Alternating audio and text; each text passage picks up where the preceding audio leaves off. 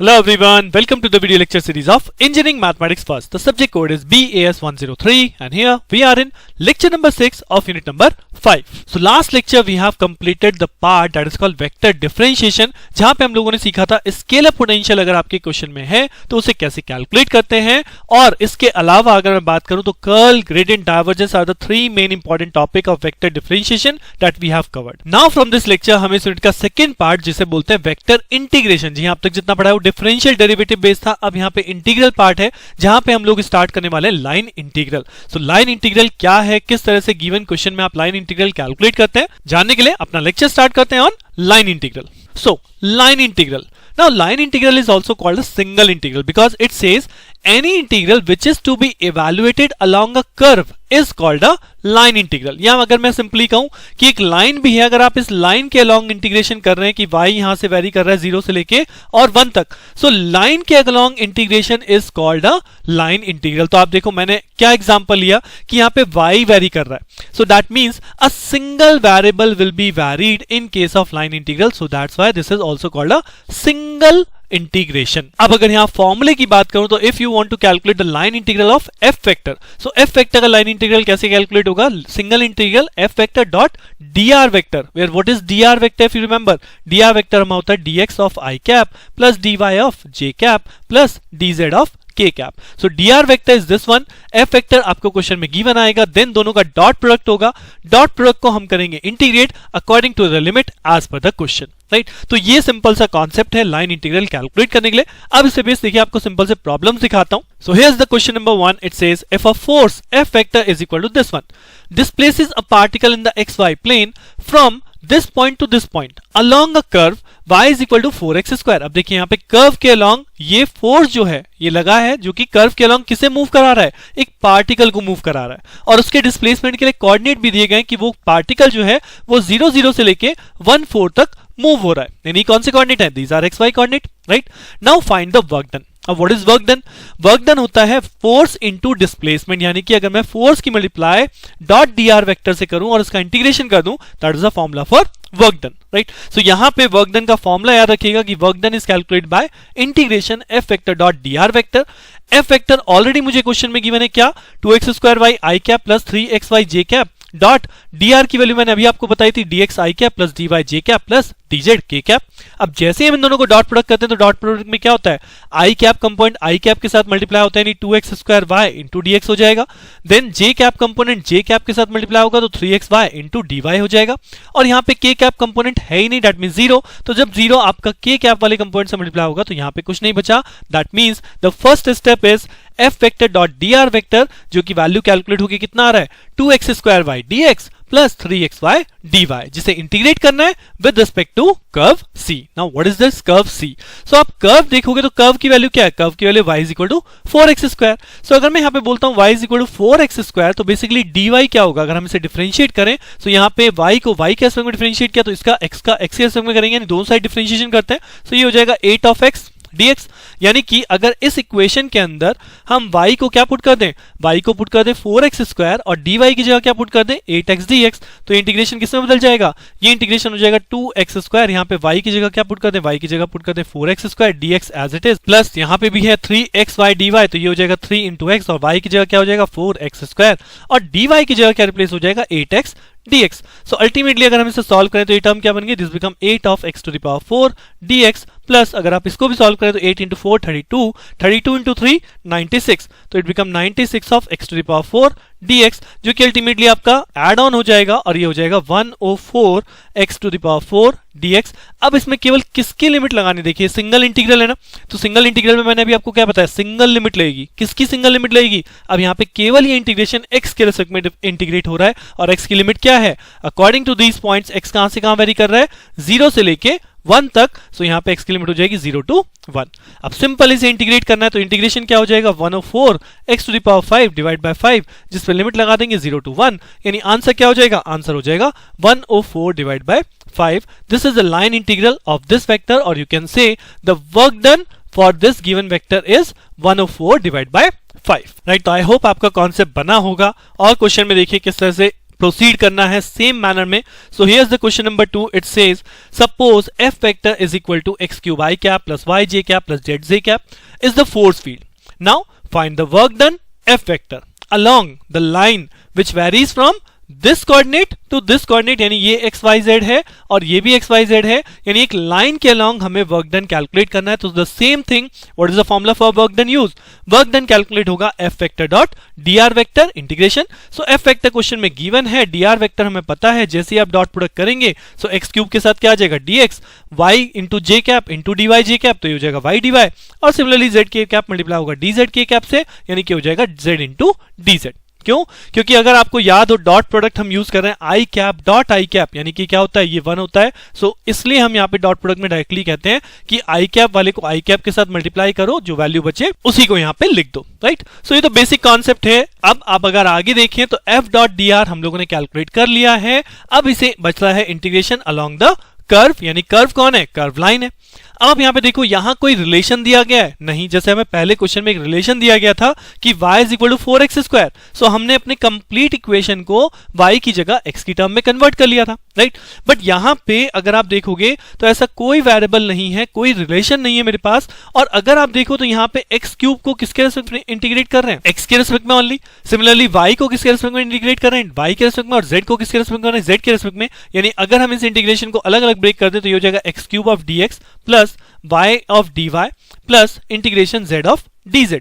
यानी ये जो पार्ट बना, this single integration require limit of x, और x की लिमिट कहां है as per the point? 1 to 3, because x varies from 1 to 3. Similarly second जो पार्ट हमने ब्रेक किया उसमें y की लिमिट मांग रहा है, तो y कहां से कहां वेरी कर रहा है? 2 to 5. And similarly according to the coordinate z vary कर रहा है 3 to 7, तो यहां पे z की लिमिट हो जाएगी 3 to 7, जिसे आप सिंपली इंटीग्रेट कर सकते हो कि x क्यूब का इंटीग्रेशन हो गया x की power 4/4, limit goes from 1 to 3, plus y का इंटीग्रेशन हो गया y square by 2, limit goes from 2 to 5, plus z का इंटीग्रेशन हो गया z square by 2, and limit goes from 3 to 7.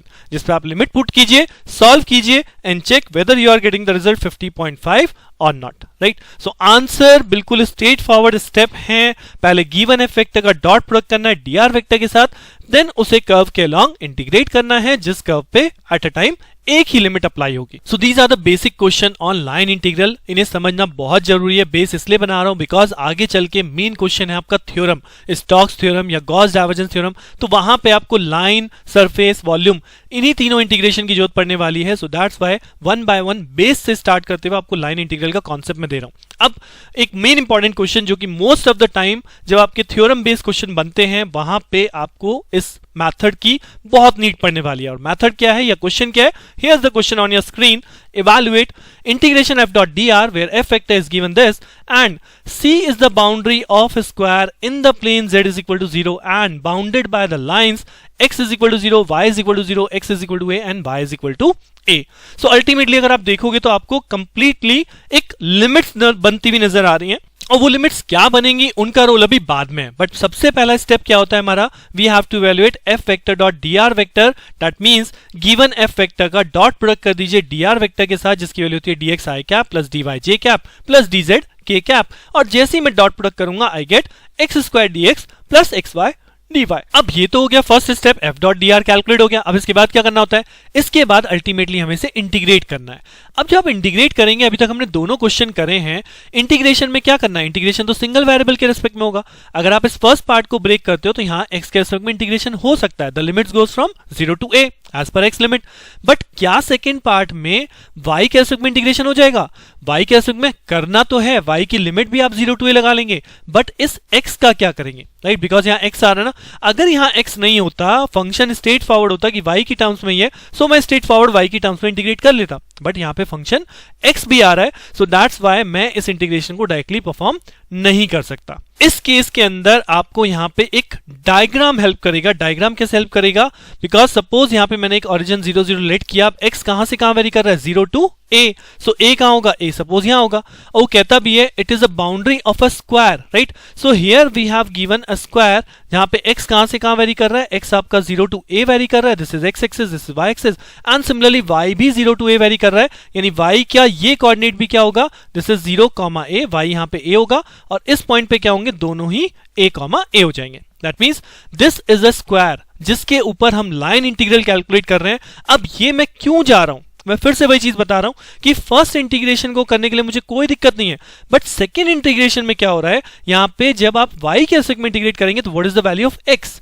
सो अगर आप यहां पे देखो कि सिंगल इंटीग्रेशन क्या कहता है, अलोंग द कर्व, बट अब क्या कर्व कैसा है, कर्व आपका चार साइड में डिवाइडेड है। So if I let this is O A B C, right, अगर मैं यहां पे बोलता हूं this is O point, A point, B point and C point, so what is my complete F dot D R, मेरा complete F dot D R होगा कि मैं इस एफ डॉट डी आर को 4 पार्ट में ब्रेक कर दूंगा। क्या, ओ टू ए के अलॉन्ग मेरा इंटीग्रेशन क्या होगा, ए टू बी के अलॉन्ग इंटीग्रेशन क्या होगा, बी टू सी के अलॉन्ग इंटीग्रेशन क्या होगा, एंड सी टू ओ के अगेंस्ट इंटीग्रेशन क्या होगा। And when I calculate all the parts then I will again put up in the same equation, I can found this integration F dot D r. तो इस concept की वजह से question बहुत important है, इसलिए इस क्वेश्चन को छोड़ना नहीं है, करना है। ऐसा मत सोचिएगा क्वेश्चन लेंथी जा रहा है तो वी विल स्किप दैट, ये क्वेश्चन आपको आगे भी काम आना है, राइट, इन द थ्योरम्स।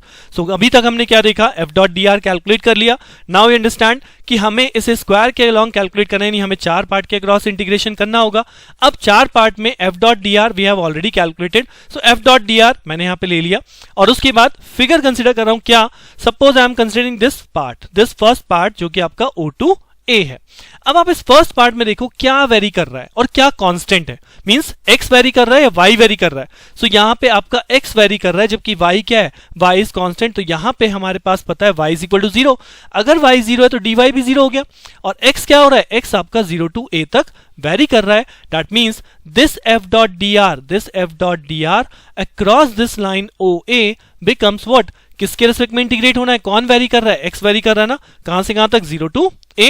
और अगर इस पूरी इक्वेशन में आप वैल्यू पुट करोगे तो ये बनेगा एक्स स्क्वायर ऑफ dx, और क्योंकि y 0 है तो केवल एक्स स्क्वायर dx रह जाएगा, तो इसका इंटीग्रेशन हो जाएगा x cube by 3, limit goes to 0 to a and it results in a cube by 3। Similarly अगर मैं सेकेंड पार्ट कंसीडर करता हूं, what is that, a to b।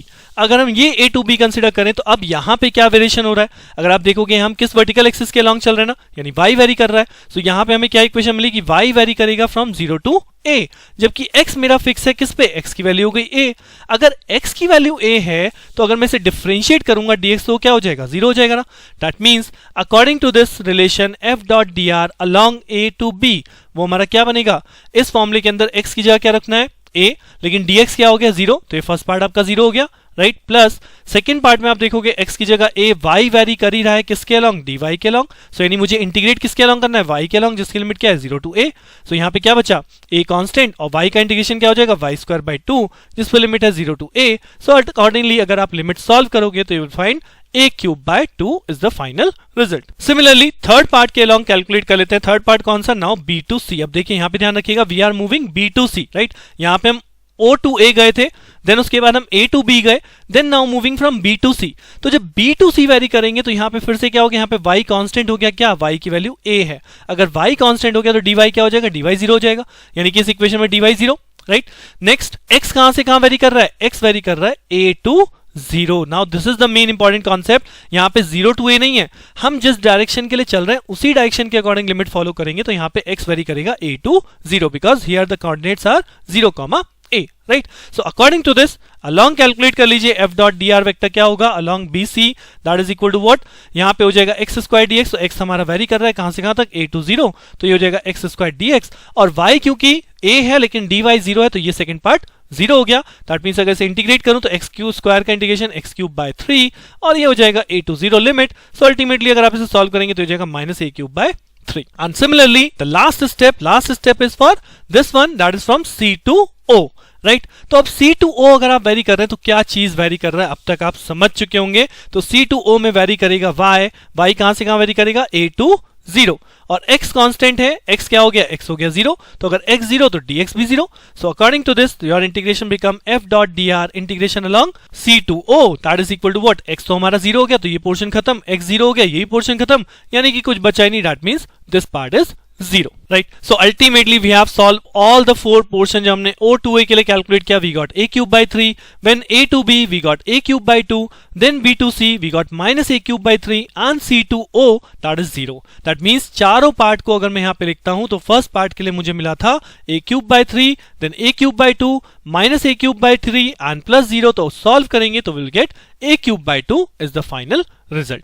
So question बहुत इंपॉर्टेंट है और ये जो मैंने बीच में ही बोला था कि आपका ये क्वेश्चन आगे स्टोक्स थ्योरम को वेरीफाई करने के लिए भी यूज होता है, वहां पे भी आप लाइन इंटीग्रल कॉन्सेप्ट को देखेंगे. और अभी हम आगे चल के सरफेस इंटीग्रल कॉन्सेप्ट में भी इसी तरह से देखेंगे जब डिफरेंट इंडिविजुअल सरफेस या इंडिविजुअल लाइन के ऊपर आपको पूरी कैलकुलेशन करनी है, तो जैसा हमने इस क्वेश्चन में भी किया. सो विद दिस आपका line integral concept I hope कुछ बन गया होगा. इन्हीं क्वेश्चन की दोबारा से प्रैक्टिस कीजिए, स्पेशली द थर्ड वन. इस क्वेश्चन को आप रिपीट कीजिए before proceeding to the next lecture, so that आपको आगे जो मैं नेक्स्ट लेक्चर में कवर करूंगा that is called surface integral, उसे समझना उतना ही आसान लगेगा. तो मिलते हैं नेक्स्ट लेक्चर में with surface integral. Thank you.